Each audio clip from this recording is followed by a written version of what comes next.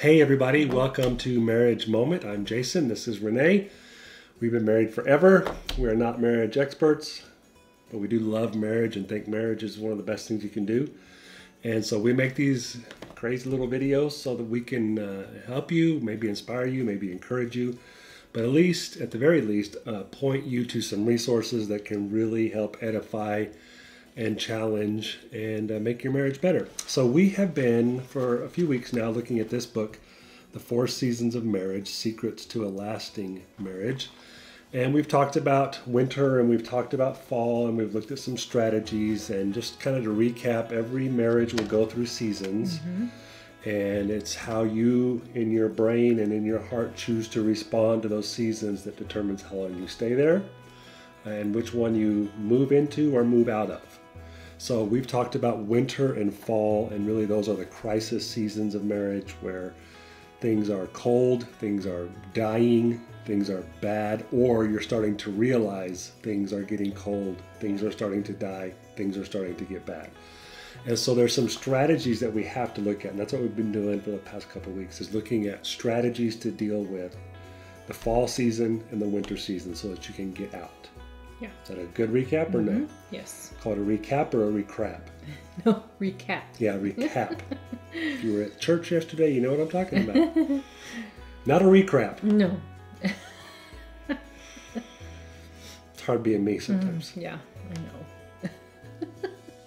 So let's talk about a strategy. This is really strategy number 2, because strategy number 1 we talked about 2 weeks ago. So if you want strategy number 1, which was something about the past, Deal with your past failures. Yeah, identify and then come to some conclusion. Deal with your past failures. And if you're looking on the playlist on YouTube, that was 2 weeks ago. So today is strategy 2.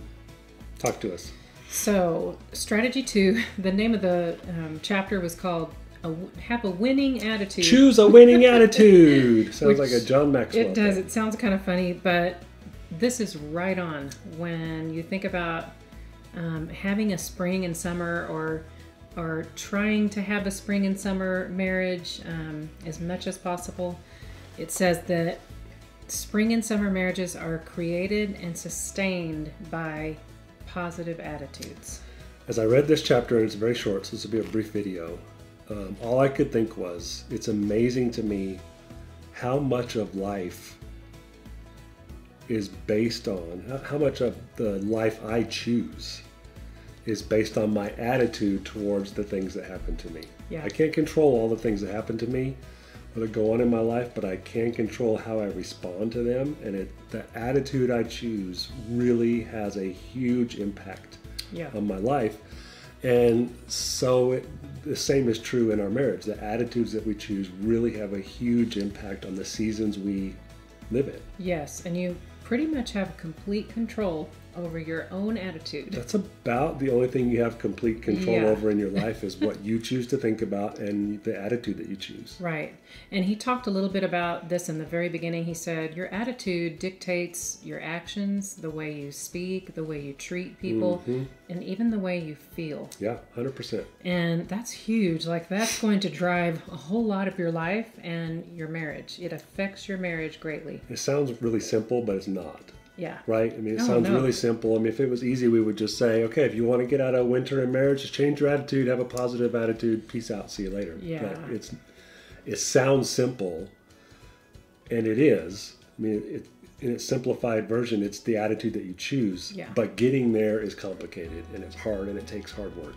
Yeah. So he even says, if you can change your thinking, which is that attitude part, being more positive, you can actually change the season of your marriage. Yeah, I totally agree with that. And I want to push time out and just kind of talk about the next series that I'm going to teach on Sunday mornings called Win the War with Your Mind.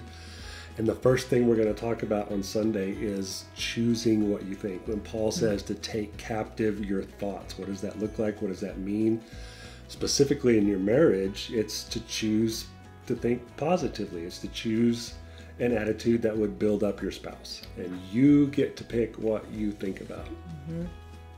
So this one is all wrapped in with our response to things that happen in our marriage and in our life. He shared two two scenarios, two couples that had come in for counseling because they were going through a really rough thing that had happened in their life.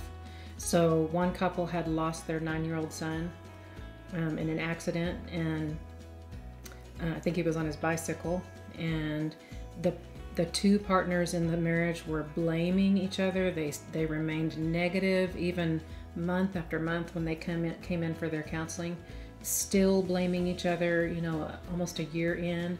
And by the end of that year, they were separated and divorced. The marriage ended, and they didn't survive the crisis because of the way they responded to this crisis in their life. And then he shared about another couple whose 7-year-old daughter drowned in their pool. And their response was they weren't blaming each other. They were talking through their grief with each other.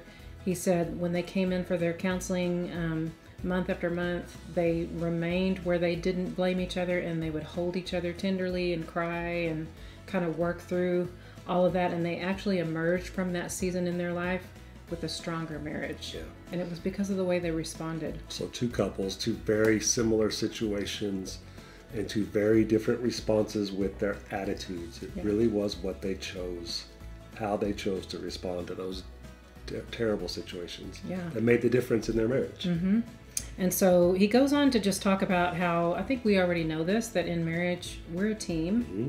We're working together, and God designed this marriage. He designed marriage itself, and he designed it where a man and a wife are complementing each other, and so we're working as a team together. And it made me think about just even our attitude as a wife when the husband has a job that has, you know, lots of hours and they're gone a lot, and so that leaves the wife at home to do a lot of the things at home and maybe to take care of the kids and to take care of a lot of things.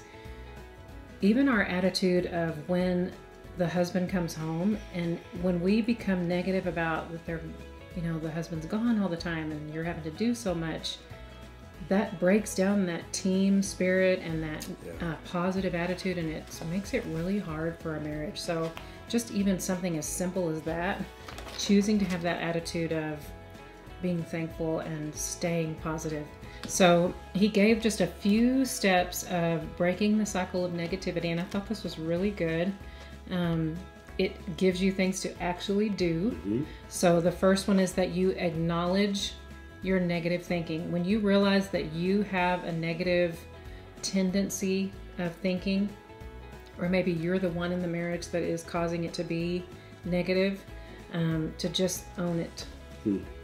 To own that was the first step. And the second thing you do is you identify your spouse's positive characteristics. He even said, make a written list of those. And he said, you might need to ask God for help to identify some of these positive traits in your spouse, and to even ask people in your family, your kids, your parents, in-laws, ask for those positive characteristics. You write them down, and then step 3 is to focus on those traits. That's where we get tripped up, because we naturally want to focus on the bad. We want to focus on things we want to change about you, the negative things. But that doesn't, all that does is divide your marriage. Mm-hmm. And so when you can identify those positive traits and then focus on those, it changes everything. Right. And so the last step on that, there were 4 steps. The last step is to ask God to give you a biblical perspective of your spouse, to just see your spouse in a positive light. You know, this is hard. It's hard work. It's much easier to be negative and to see the negative and just focus on that. For sure. But it tears down that marriage. So he said, if you go through those steps to break that cycle of negativity, it helps you to begin to express appreciation to your spouse.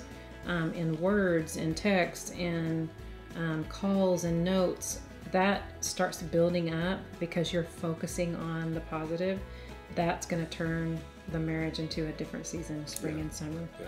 So he ended that with a scripture from Proverbs 18:21, that the tongue has the power of life and death. And I looked that up in the Message because I love reading it from the Message.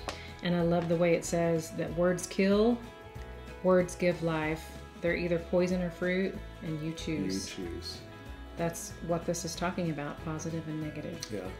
So bottom line for me is you cannot have a positive marriage with negative thinking. Nope. You just can't. So identify it, switch it, change it, Yeah. choose a better attitude. Yeah. Okay, that it? That's it. Bye. Bye.